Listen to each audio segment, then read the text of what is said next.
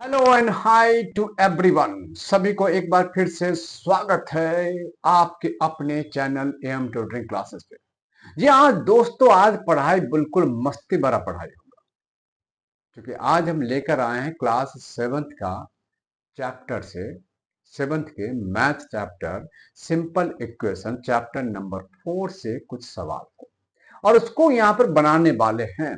तो आज 7th class के साथ बच्चों के साथ थोड़ी सी मस्ती कर दिया जाए और देखा जाए कि सवाल सिंपल इक्वेशंस है क्या। सिंपल इक्वेशंस को पहले समझते हैं, परंतु उसके साथ साथ मस्ती करते हैं। वो ऐसे क्योंकि मस्ती के दिन तो बीत गए, स्कूल खुल चुके हैं, गर्मी की छुट्टी लगभग समाप्त हो चुका है, तो अब तो पढ़ाई करना ही होगा कि नहीं करना पड़ेगा? बिल्कुल करना पड़ेगा। थोड़ी सी मस्ती, थोड़ी सी शरारत, तो हो जाए कुछ प्यार की पढ़ाई। तो पढ़ते हैं सिंपल इक्वेशन की तरफ।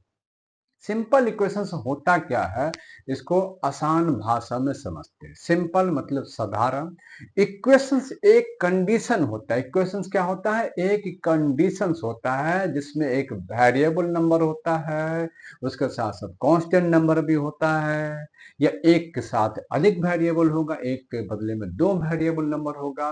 परंतु वो वेरिएबल जो होगा वो क्या होगा? सिंगल वेरिएबल होगा, यानी कि वन वेरिएबल होगा, एक ही वेरिएबल होगा। परंतु हो सकता है कि वो दोनों तरफ होगा, इक्वेशंस में दोनों तरफ होगा। मतलब मैंने कहा कि इक्वेशंस एक कंडीशंस होता है जिसमें वेरिएबल के साथ क्या होगा? कांस्टेंट टर्म मिला होगा, वेरिएबल के साथ कांस्टेंट नंबर होगा। कोई भी इक्वेशंस हो, ये हमारा 2 है और ये हमारा x है, तो 2 तो हमारा कांस्टेंट है और x हमारा क्या हो गया? ये वेरिएबल हो गया। x क्या है? वेरिएबल होगा। कहीं पर वो हो सकता है x के बदले में y हो, कहीं पर x के बदले में हो सकता है a हो, कहीं पर हो सकता है x के बदले में z हो या t हो, परंतु होगा। ये हमारा एक टर्म है जिसके साथ दो का हो सकता है कांस्टेंट, टर्म के साथ उसका कोएफिशिएंट हो यानी कि मल्टीप्लिकेशन हो, और साथ में इस तरह भी कोई नंबर होगा जिसका वैल्यू इस प्रकार से दिया रहेगा। हो सकता है यहां भी कांस्टेंट के साथ क्या है? वेरिएबल है, x भी है और 8 भी है।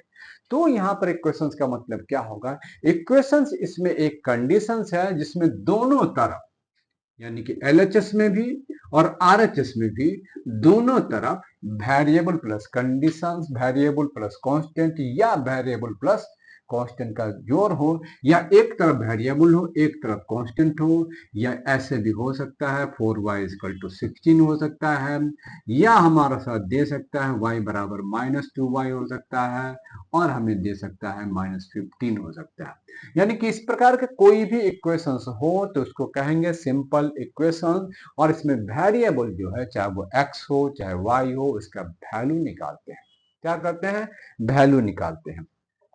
और साथ साथ हमें एक कंडीशन भी दिया जाता है, वर्ड का कॉम्बिनेशन दिया जाता है, वो एक पहेली की तरह होता है। उस पहेली को क्या करना है? सिंपल इक्वेशंस में सजा देना है, यानी कि जैसा ये सब बना था वैसे सजा देना है, बना डालने हैं। यही है इस सब एक्सरसाइज की मूल बातें। तो शुरू करें? बिल्कुल। आगे बढ़ते हैं। सिंपल इक्वेशंस का हमारे पास जो एक्सरसाइज नंबर 4.1 है, उस सवाल मैंने यहाँ पर लिखे हैं और इसको हम यहाँ पर बनाते हैं, और कुछ सवाल मैं बना रहा हूँ, इसके साथ साथ कुछ सवाल आप बनाइएगा और उसे बना के आप हमें बताइएगा। इसमें देता है कि complete the column of the table. इसमें हमें इक्वेशंस दिया है कि x+3 = 0, और इसमें वैल्यू दिया है x बराबर 3, और कहता है कि से whether the equation is satisfy yes और नॉट। कहने का मतलब इस इक्वेशंस में x का वैल्यू जो दिया है 3, अगर इसमें हम डालते हैं तो क्या ये इक्वेशंस जो हमें सेटिस्फाई करता है या नहीं। इक्वेशन सेटिस्फाई करने का मतलब होता है कि लेफ्ट हैंड साइड में जो भी इक्वेशंस में वैल्यू निकालते हैं, वो राइट हैंड साइड में वो वैल्यू जो दिया गया है वो बिल्कुल बराबर होना चाहिए। क्या होना चाहिए? बराबर होना चाहिए। आइए सवाल बना के आपको समझाते हैं।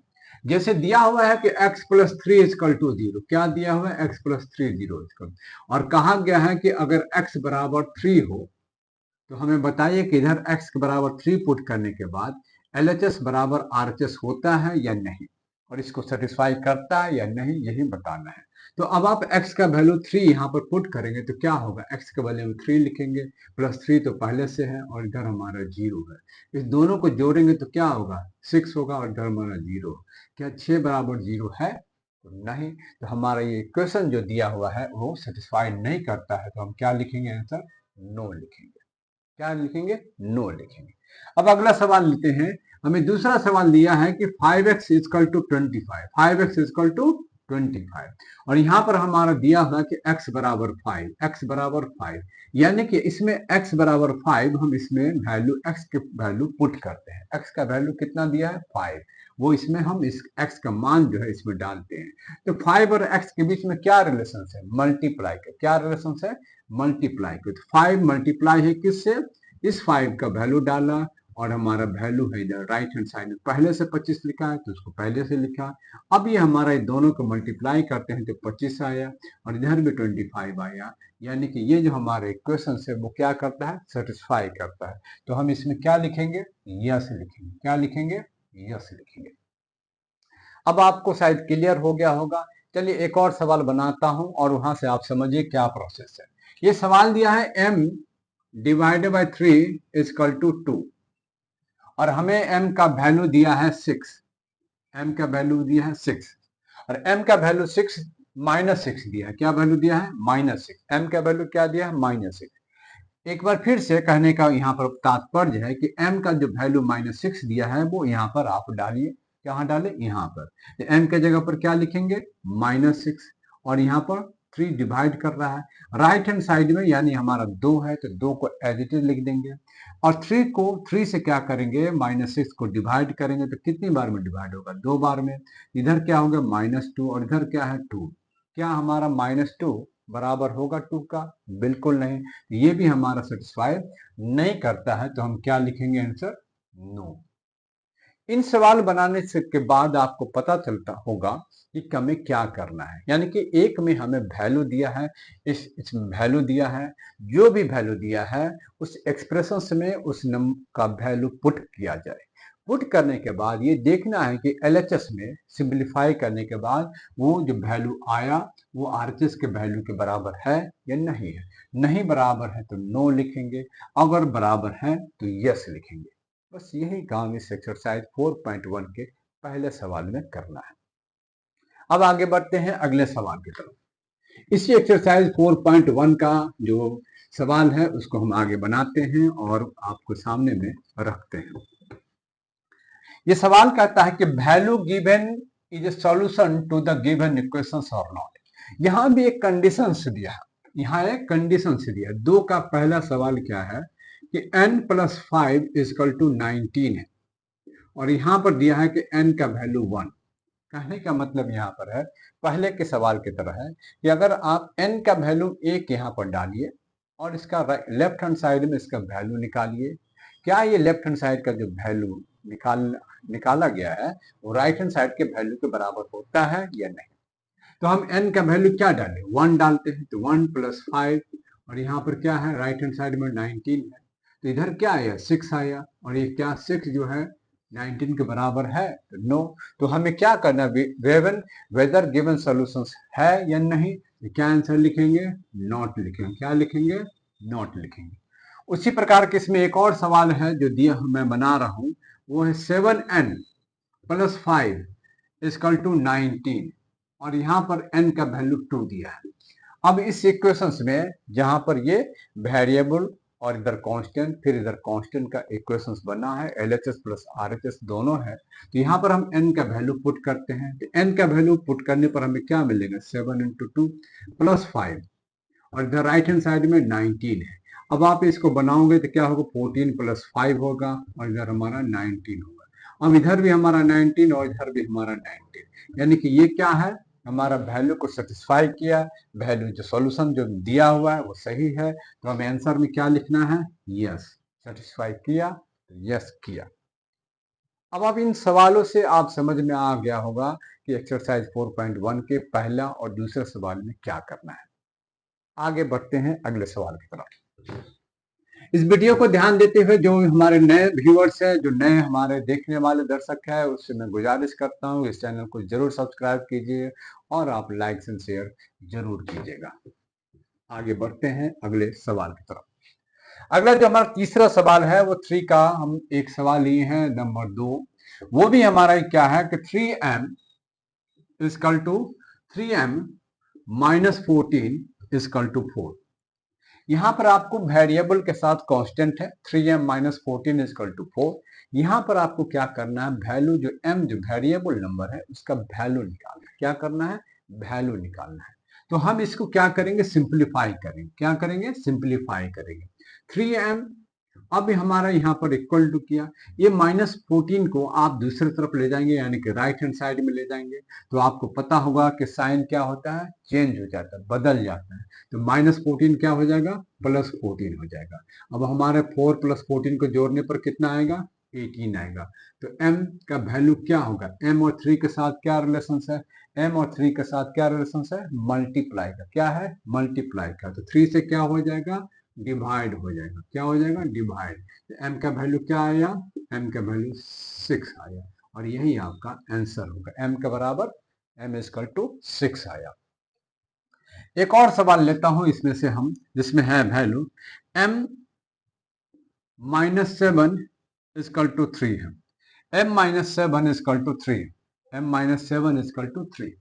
अब आप बहुत ही आसान है, यहाँ पर m का वैल्यू क्या लिखेंगे, ये माइनस 7 इधर जाएगा तो क्या होगा, 3 तो एज इट इज रहेगा, ये माइनस 7 इधर जाएगा तो क्या होगा, जुड़ जाएगा। तो m का वैल्यू क्या हो जाएगा, 10 हो जाएगा। क्या हो जाएगा, 10 हो जाएगा। एक और आपके सामने में सवाल बनाते हैं, ये हमारा 8वां सवाल है, दैट इज 5 का, और उसमें कहता है कि p/2 प्लस 2 इजकल टू 8।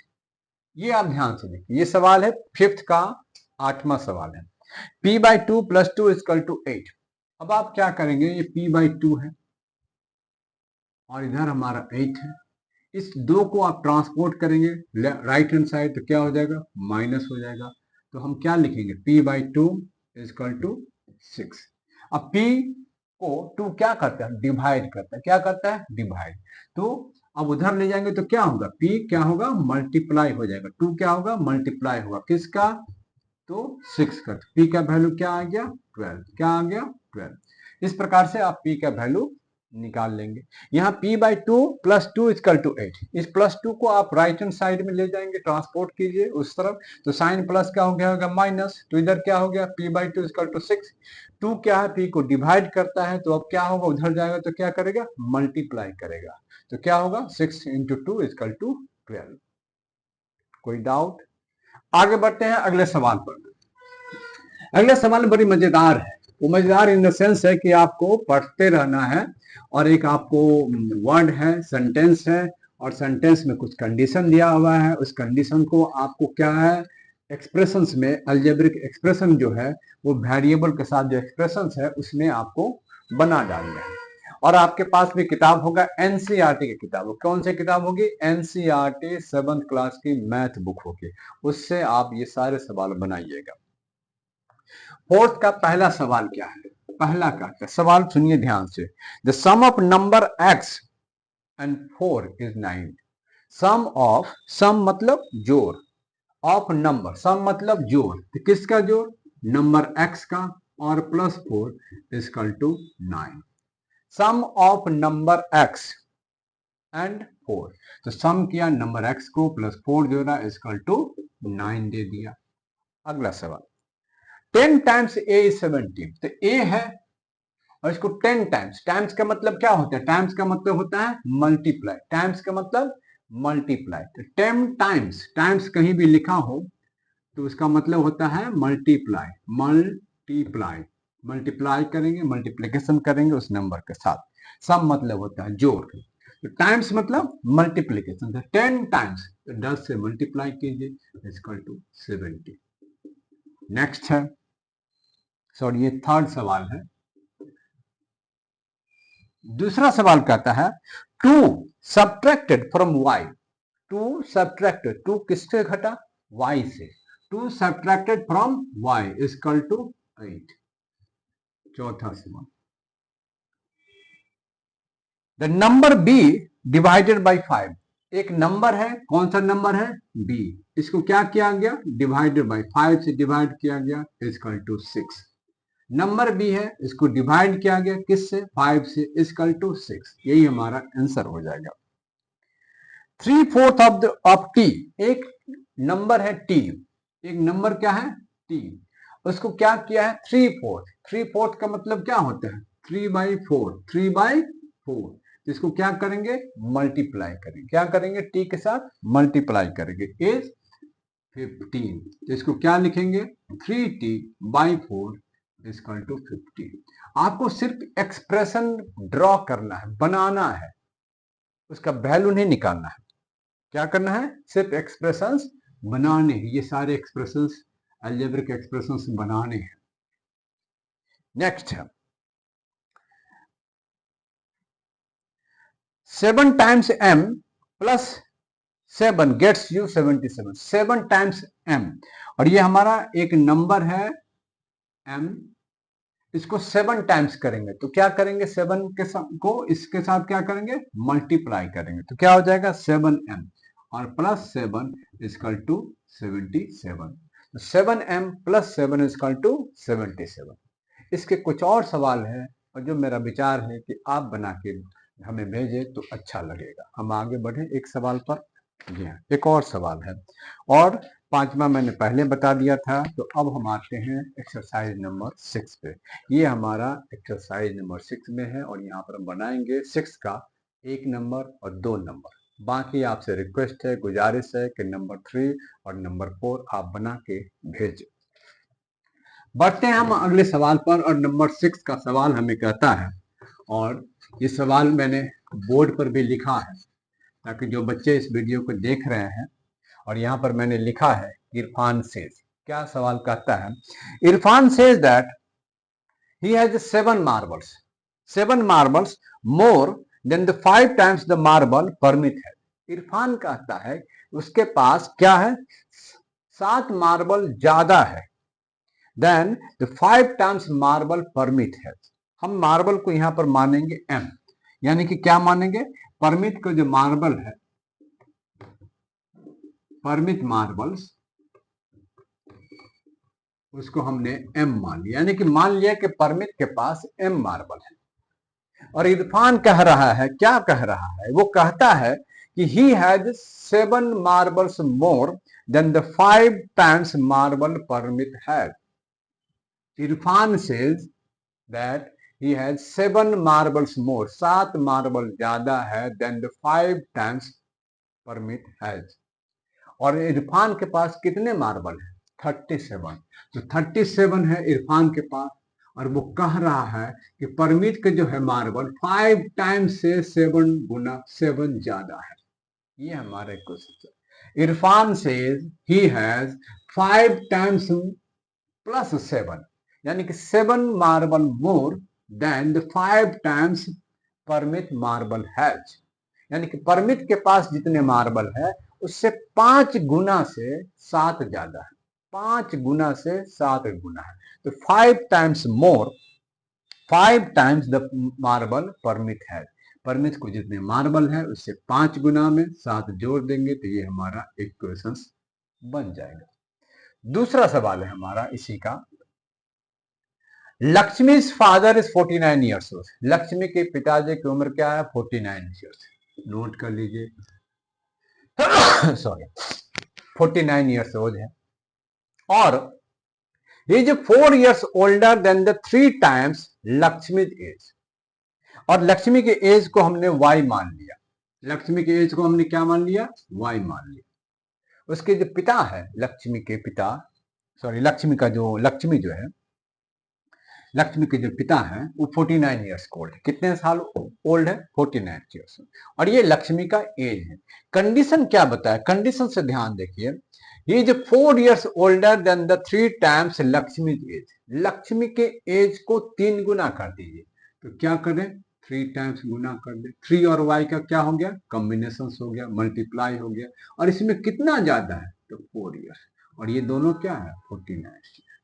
यानी कि आप अपनी उम्र बता रहे हो या आप अपने फादर की उम्र से कंपेयर कर रहे हो, तो आप भी देखोगे कि आपकी उम्र मान लो 12 साल की है और आपके पिता की उम्र 40 साल है, सपोज करो, या 42 साल है। तो आप क्या करोगे?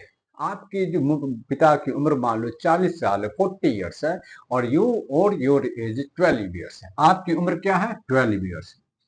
Your father age is 40 years. तो अब आप एक इक्वेशन बनाइए ताकि ये दोनों बराबर हो जाए। 40 में क्या हो जाए, ये 12 भी 40 के बराबर हो जाए।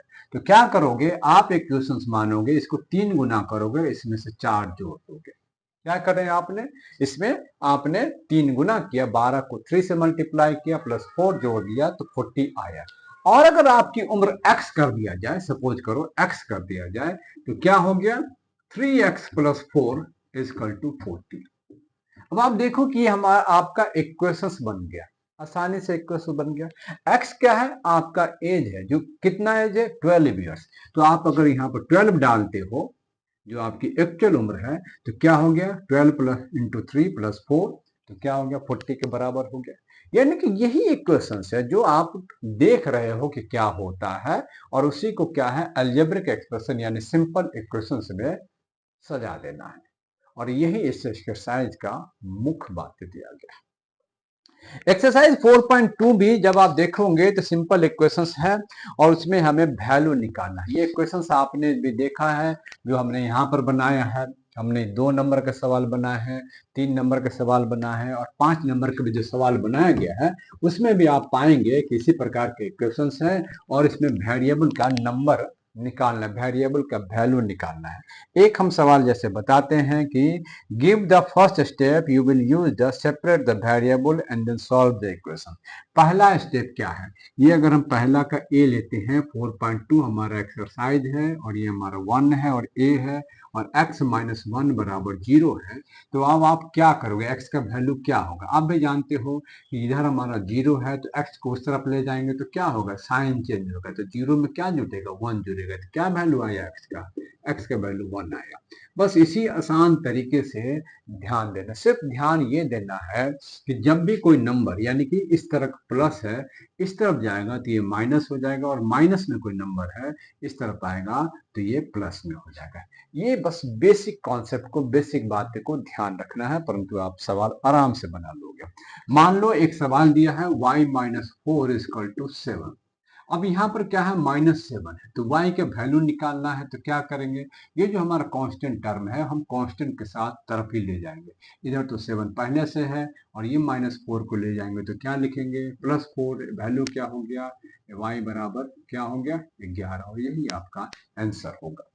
तो इसी प्रकार के सभी सवाल आप बनाने हैं, आपको खुद बनाने हैं, और जितना बनाओगे, यानी कि जितनी ज्यादा प्रैक्टिस, उतनी ज्यादा माइंड में, मेमोरी में वो बातें, कॉन्सेप्ट बैठ जाएगा। और यही पढ़ाई का तरीका है। तो इस प्रकार देखते रहिए और एंजॉय कीजिए।